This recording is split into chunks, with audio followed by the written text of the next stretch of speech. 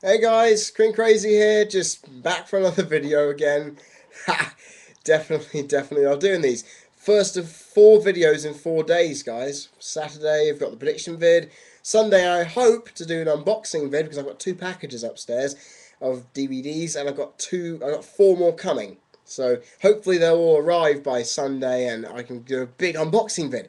Then, of course, Monday the review, and that's that.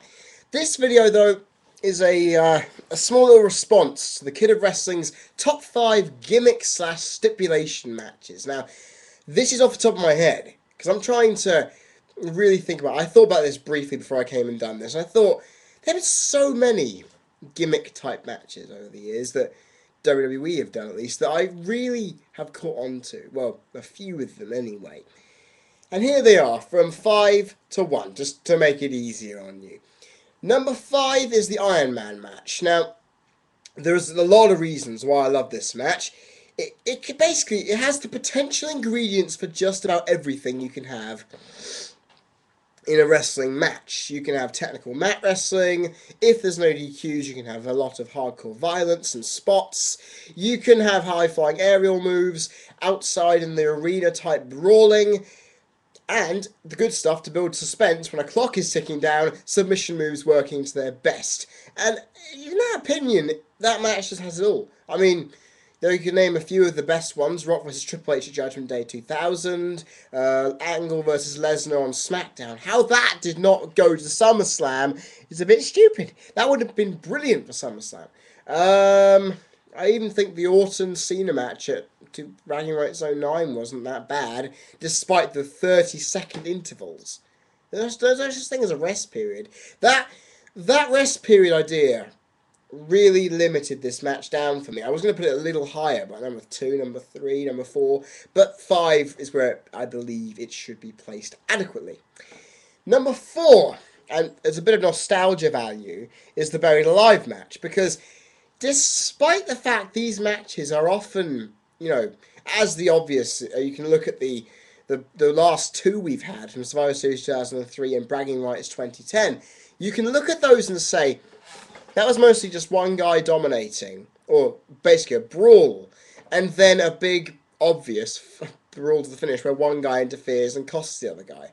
That being said, though, the other three, right, the first three are absolutely brilliant. Mankind vs. Undertaker, sure, you had the interference, but still a great wrestling and hardcore match up until that point. Austin versus Undertaker, possibly my favourite of the three, because it just had everything. And quite an ingenious way of bringing a dirt payloader in. The first, it was one of those ones that had actually got dirt encased inside it and just dropped. Austin in a very live match anyway, that's just brilliant from the start. The third one, the tag team one, from SmackDown in 1999, that was brilliant too. Just the fact it's a tag match, and for the first time ever, the grave was facing away from the stage. They often face on sideways. This one of the gravestone facing upwards like this. So you effectively saw the guy go in, but you didn't see him get buried or anything. Plus, unconventionally enough to see Mankind getting buried by the Big Show and Undertaker, and The Rock cost him. So, yeah, you can kind of think right there. It was a great match. If you've not seen it on YouTube, it's great because Stone Cold, Kane, and Triple H all interfere, along with the people in the match, of course, being Undertaker, Big Show, Mankind, and The Rock.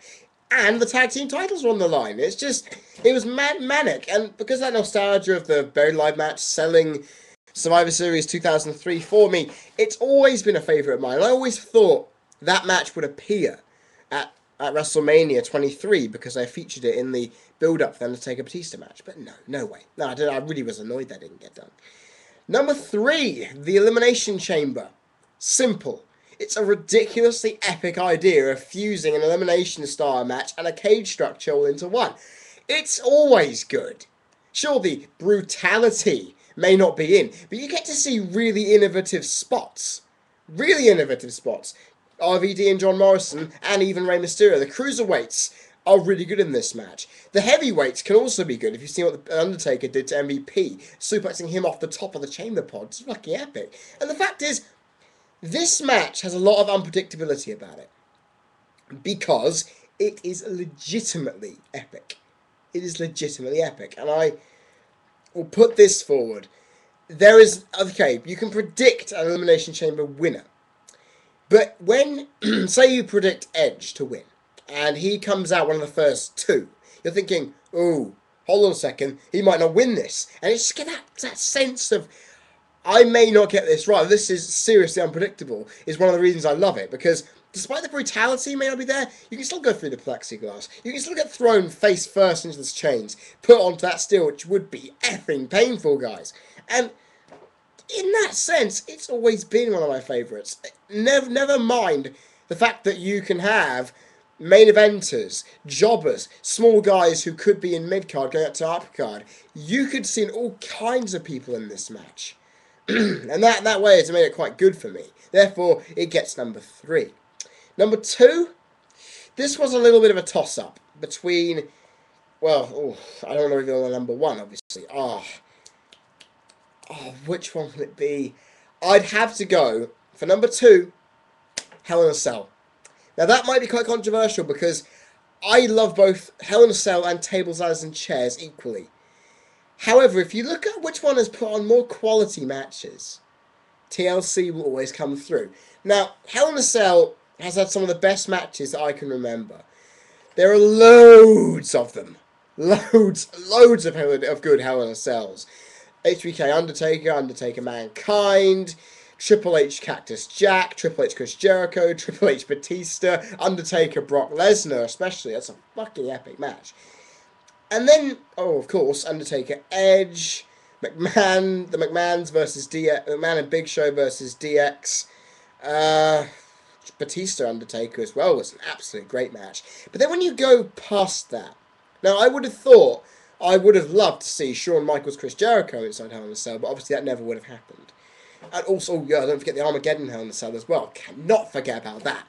All of those matches are absolutely brilliant. Okay, you can discount the Kevin Nash Triple H one, even though that did have some redeeming element by having Mick Foley in there. Yeah. I think just the sheer quality of those matches is getting it to number 2 alone, because I watched the Armageddon one about a month back with my mate, and we just were going mental. Just going, what the fuck? Oh my god! No, we were both going absolutely crazy.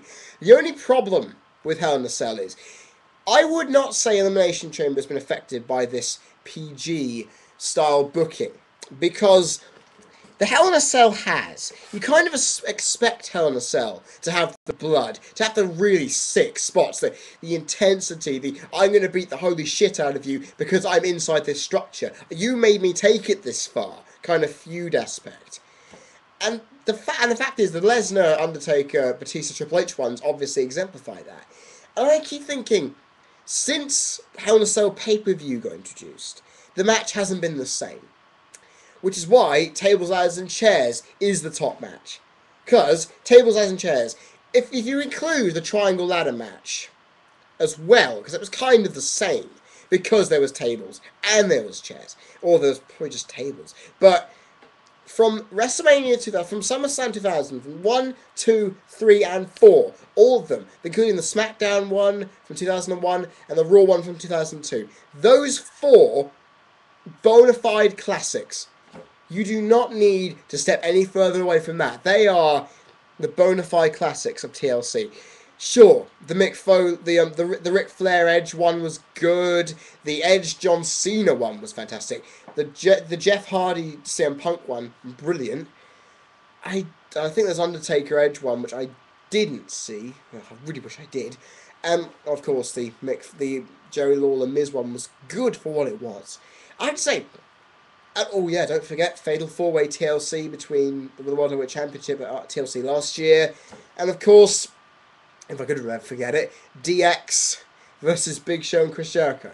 I think every single one of those matches, every single TLC that has ever happened, has had some redeeming quality to it, or a lot of spots which make you go completely crazy.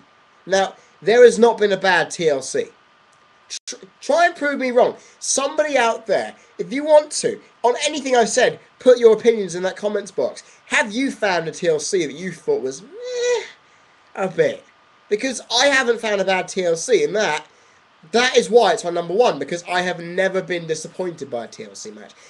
That's sure, different match types may be good for everybody. I was thinking of including the Royal Rumble, but then again, that depends really on who's in it, and also how quick the eliminations are. Because that's the one problem. Iron Man matches, it can go in any direction. And with a time limit, it's easier to say, okay, it's going to obviously go this way. Oh, it could swing this way, which is a lot better than a Rumble, because a Rumble, you could easily predict who's going to win when someone enters, you go, yeah, he's in. Done. And that's the thing.